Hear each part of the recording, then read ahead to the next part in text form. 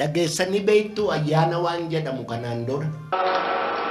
Gurraacha deemu rooba dheeraa adiyaa bariyaa. Ayyaana keessanii wajjin quba wal qabdu. Sanbatoo ilmi koo naaf fuudhu jedhee yoon itti argadhe fiiganii dhuma dhaqanii intala kee naa kenni hin jedhan. Akkam jirtu? Nagaa keessanii? Jireenyi badhaadha. Alaamanni isaa namni nagaadha. Baga nagaa taatanii. Tole, mata dureen keenya har'a waliin ilaallu ilaalcha amantii Oromoo keessaa dhugeeffannaa fi ilaalcha Oromoon amantiif qabu ilaalla jechuudha. As jalatti dhimmoota waaqa, safuu, ayyaana, qaalluu fi abbaa muudaa jedhaman kan waliin ilaallu ta'a jechuudha. Utuu kanatti hin darbiniin dura jalqabaa waan yeroo darbe waliin baranne si yaadachiisa. Yeroo darbe keessatti seenaa dagaaginaa amantii Oromoo waliin ilaallee turre. Keessumattiyyuu jaarraa 16ffaa keessa uummanni Oromoo sirna gadaasaa qofa utuu hin taane amantii isaallee ollaa isaa wajjiniin keessumattiyyuu uummata Kuush waliin hariiroo akkamii akka qabu waliin ilaalaa turre. Isaan kunis uummata Kuush kanneen jalaa kanneen akka Walaayittaa, uummata Walaayittaa, uummata Kaambataa, uummata Hadiyyaa, uummata Kafichoo, uummata Waagee, Sidaamaa kanneen kana fakkaatanii waliin dhimma waaqa, ayyaana fi geggeessitoota amantii ilaalchisee hariiroo akkamii akka waliin qaban ilaallee turre jechuudha. Har'a immoo ilaalcha amantii Oromoo akka waliigalaatti gabaabsinee kan waliin ilaallu ta'a jechuudha. Kanaaf amma dhuma sagantaa kanaatti akka na waliin turtan kabajaan isin affeera. Na waliin tura.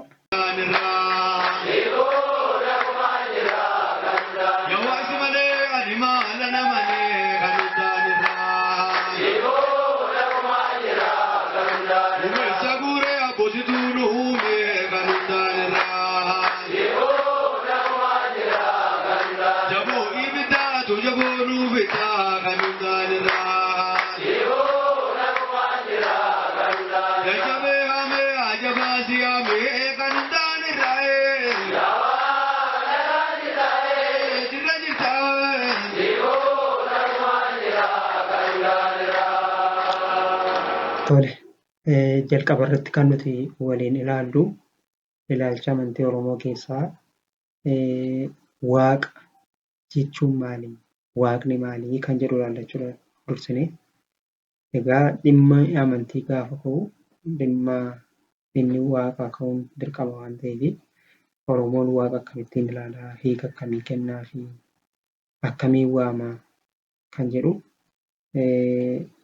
ilaalla.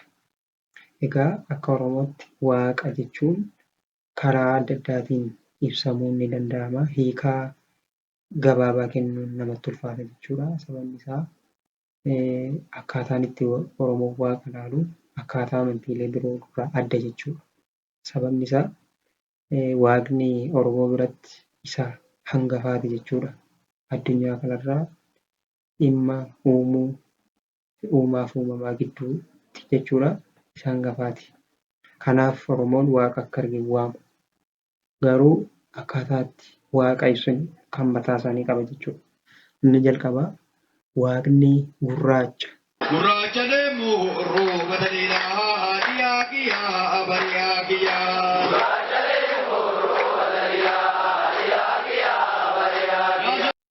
Jedhee amana Oromoo. Gurraacha gaafa jennu bifa isa gurraacha yookiin halluu utuu hin taane gurraacha jechuun waan dhokataa jechuu isaati. Waan keessa isaa beekamuu hin dandeenye, iccitii isaa bira gahamuu hin dandeenye jechuudha. Kanaaf Oromoon gurraacha garaa garbaa jedhee hiika jechuudha. Gurraacha garaa garbaa gaafa jennu Garba gaafa jennu galaanni guddaan yookiin garba guddaa Atlaantik fudhachuu dandeenya. Garba guddaa Hindii haa jennu. Galaana gurguddaa keessa bineensa hedduutu jira, uumama hedduutu jira. Egaa waan kana keessa jiru namni beekuun hin danda'amu jechuudha. Kanaaf Oromoon kana bakka buuseetu gurraacha garaa garbaa jedha.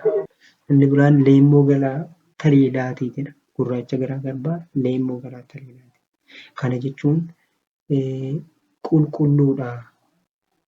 Qulqulluun akka isaatii hin jiru.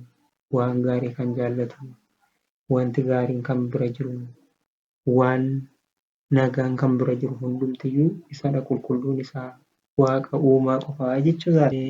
Isa amantii biroo keessatti Alfaa fi Omeegaa jedhanii waaman jechuudha. Oromoon immoo beelii beleliidha. Beelii beleliidha jechuun jalqabni isaa xumurri isaa hin beekamu. Kanaaf Oromoo keessa Oromoon daa'ima waa'ee waaqaa hin barsiisu. Sababni isaa waaqni kun yoom akka dhalate, yoom akka inni du'u namni beeku hin jiru jechuudha. Inni biraan waaqni abdiidha jedhee hiikatti kenna Oromoon. Abdiidha gaafa jennu egaa aadaa Oromoo keessatti Oromoon gaafa waa tokko gochuuf jedhu, gaafa bakka tokko deemuu fedhu, gaafa karoora wayii karoorfatu yoo waaqni jedhe jedha. Waan hojjetu hunda kan inni of dura buusu waaqa jechuudha.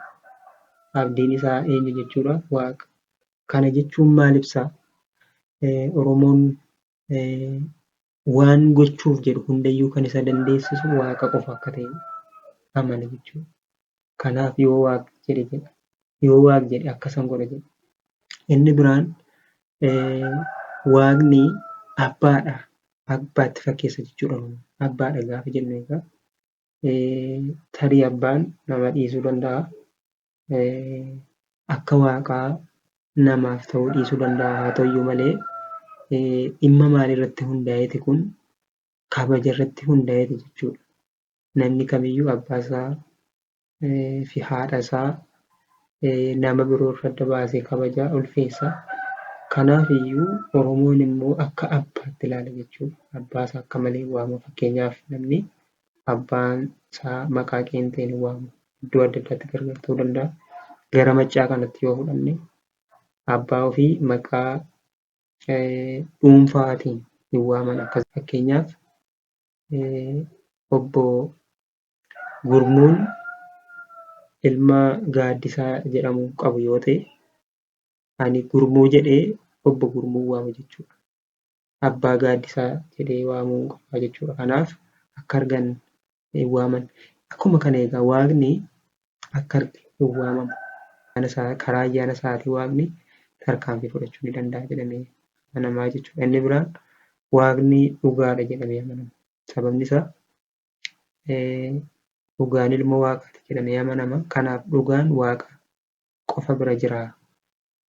Dhugaa jaallata. Waaqni haqa qabeessa jedhamee amanama jechuudha. Kanaaf dhugaan kan waaqaati. Kan dhugaa biratti argamu waaqa qofa bira akka jechuudha. Inni biraan amantii Oromoo keessatti kan ilaalluun dirqama ta'u dhimma safuuti jechuudha. Safuun immoo maali yoo jennee amantii Oromoo biratti safuun isa murteessaadha. Safuun riqicha uumaaf uumamaa, uumamaaf uumama gidduu, waaqaaf uumama gidduu kan jiru jechuudha. Riqicha kanaan namni darbe immoo yookiin daangaa kana kan darbe immoo safuu cabse jedhama. Amantii biroo keessatti qulqulluu fi cubbuu kan jedhamutu jira. Aadaa Oromoo keessatti immoo safuu jennee waamna jechuudha kana walumarratti. Safuu jechuun egaa waan sirrii hin taanee fi waan sirrii ta'e jechuudha. Waan waaqni jaallatuu fi waan waaqni hin jaallanne jechuudha. Egaa kana eeguun safuu kana eeguun hariiroo uumaaf uumamaa fi uumaa fi waaqaa gidduu jiru akka tolu kan taasisu jechuudha. Inni biraan safuun dhimma kabajaa wal qabataa jechuudha. Mee Dooktar Gammachuu Magarsaa immoo maal jedhu kan jedhu viidiyoo kana daawwannee walitti deemina. Safuunoo tokkoon keessan gidduu amma mee ilaala baawundarii jira isin gidduu hin jiru. Baawundarii yoggaa jennu kan biyyaa duwwaa miti. Anaa fi Dooktar Abbabaa gidduu baawundariitu jira. Namni aadaa qabu baawundarii kana akkamitti akka ce'an nama beeku jechaadha. Bakka waan biraan hin jiru. Laga ce'uu jechaan nama daakaa beekutu bishaan guute itti gama. Namni baawundarii ce'u, crossing any boundary has got the rules that legitimate the crossing. Boundary tokko ce'uudhaaf seera qaba. Safuu qaba. Lafa kana kayama yooni nama kan duratti kabaluu na haafuuti afaanuman taane Dooktar Abbabaatti yoon dubbadhe kun sirgummaadha. Kun nama baawundarii safuu akkatti ce'an nama hin beeknedha.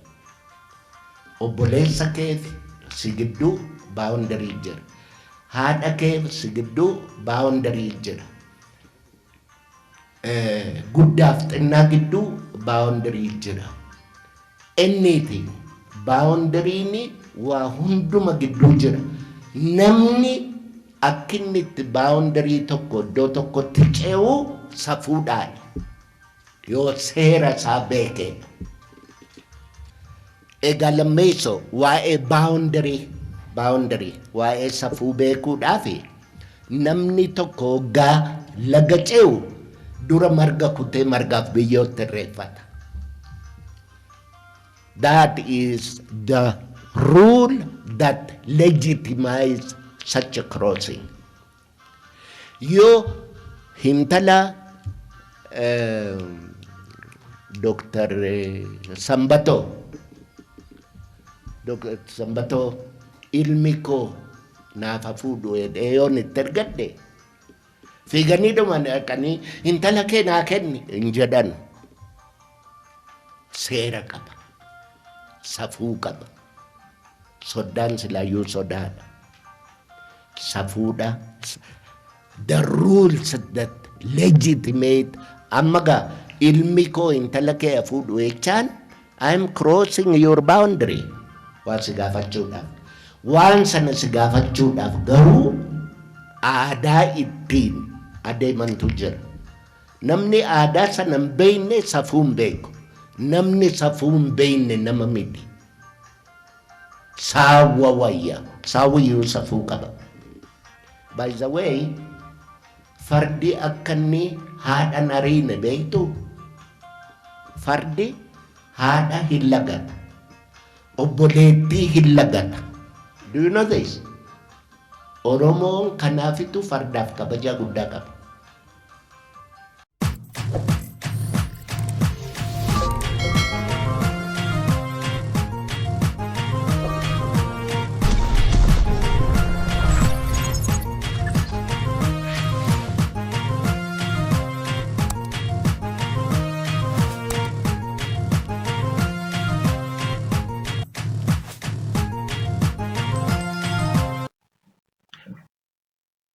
Inni biraan dhimma ayyaanaati. Ayyaanni maalii? Ayyaannis egaa amantii biroo keessatti hafuura yookiin ispiriit jedhamee isa waamamu jechuudha. Oromoo biratti immoo ayyaana jedhamee beekama jechuudha. Ayyaana jechuun egaa Oromoo biratti ergama waaqaati jechuudha. Ergama waaqaati kan yommuu jedhu waaqni kallattiidhaan hojii hin hojjetu yookiin namatti hin mul'atu garuu karaa ayyaana isaatiin mul'ataa jedhamee amanama amantii Oromoo biratti. Kana jechuun waan waaqni gocha isaa karaa ayyaana isaatii mul'ata jechuudha. Karaa waaqni ittiin mul'isu kun immoo waaqa ayyaana jedhamee waamamaa jechuudha. Kanaaf egaa Oromoon ayyaanni waaqni garuu ayyaana miti jedhama. Ayyaanni waaqa gaafa jennu dubbii qolaa keessatti egaa bakka isaa yoo fudhanne fakkeenyaaf abaluu leenca yoo jenne abaluun sun amala leencaa gootummaa isaa ibsaa jira jechuudha gama bira. Kan jechuun gootummaa leenci qabu ni qaba jechuudha. Akkuma kana ayyaanni waaqa gaafa jennu guddisuudha jechuudha. Ayyaanni humna cimaa akka qabu waaqni humna kennee fi hojii isaa akka inni hojjetu mul'isuudha. Waaqni ayyaana miti gaafa jennu immoo waaqaa ol kan jiru hin jiru. Amma waaqaa kan hin jiru jechuudha. Kanaaf waaqni ayyaana miti garuu ayyaanni waaqaa jechuudha. Egaa ayyaanni kuni bakka adda addaatti qoodamuu ni danda'a jechuudha. Ammas ayyaana waaqaa, ayyaana namaa fi ayyaana bineensotaa jennee qooduu ni dandeenya jechuudha. Egaa ayyaanota kana utuu hin qoqqoodin mee ammas dhimma ayyaana irratti Dr. Gammachuu Magarsaa maal jedhu kan jedhu daawwannee walitti deemina. Dhageessanii beektu ayyaana waan jedhamu kanaan dura. Ayyaana jechuun hiika baay'ee qaba. Ayyaana jechuun is a very deep and sophisticated concept.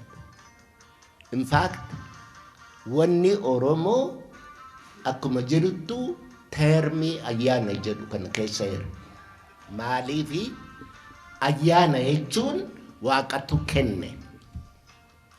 Waaqayyoo akkamitti biyya lafaa uume yoo jedhani uume walaabuu baate Oromoon jedhu sun nama academically understand godhuu fi waaqatu of keessaa propel godhee bahee oppositii ofii ta'ee universii ta'e. Nama conscious jechuun nama of keessaa bahee of arguu danda'e jechuudha. Isin galleera amma dubbiin kun takkaa of keessaa baatanii of argitanii beektu.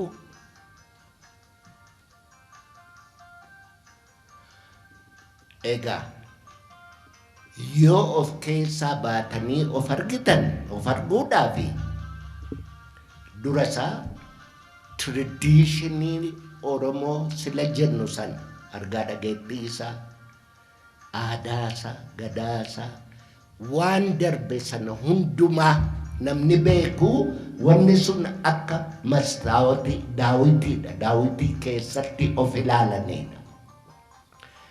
Akki itti of arguun danda'amu yoo argaa dhageettii Oromoo sana beekteedha. Argaa dhageettiin sun daawitii keessatti ittiin of arganidha.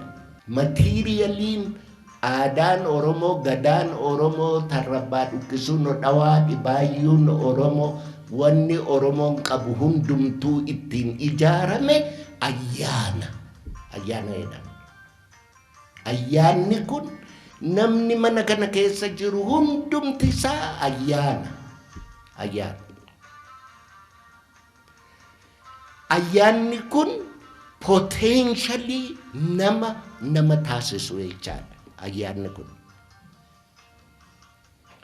namni akka amma dubbannutti afaan dubbatu bineensi afaan akkanaa dubbatu articulate language dubbatu hin jiru nama malee. Maaliif? Ayyaana isaati. Ayyaana Waaqayyo wajjin isa uumedha. Akkuma Waaqayyo universii kana uumuudhaaf of keessaa bahee universii oppositii ofii ta'ee universii kana uume, Oromoon yoo ayyaana isaa beeke, ayyaana hoggaa jennu doktoriin ayyaana qabaa, ayyaana qabaa, isin namni tokkoon isaayyuu yoo raata'e malee ayyaana kanuma ofii qaba. Ayyaana keessana beektaa. Oromummaa jechuun ayyaana sana. of argu ayyaana kee wajjinin walitti si araarsuu yaadaa jira argitaa.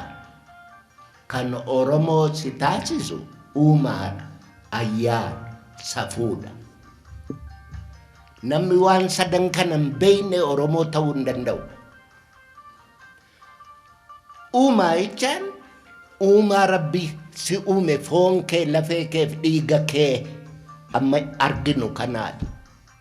Ayyaanni kee immoo si'uma ijaan garuu mul'atu. Si'uma garuu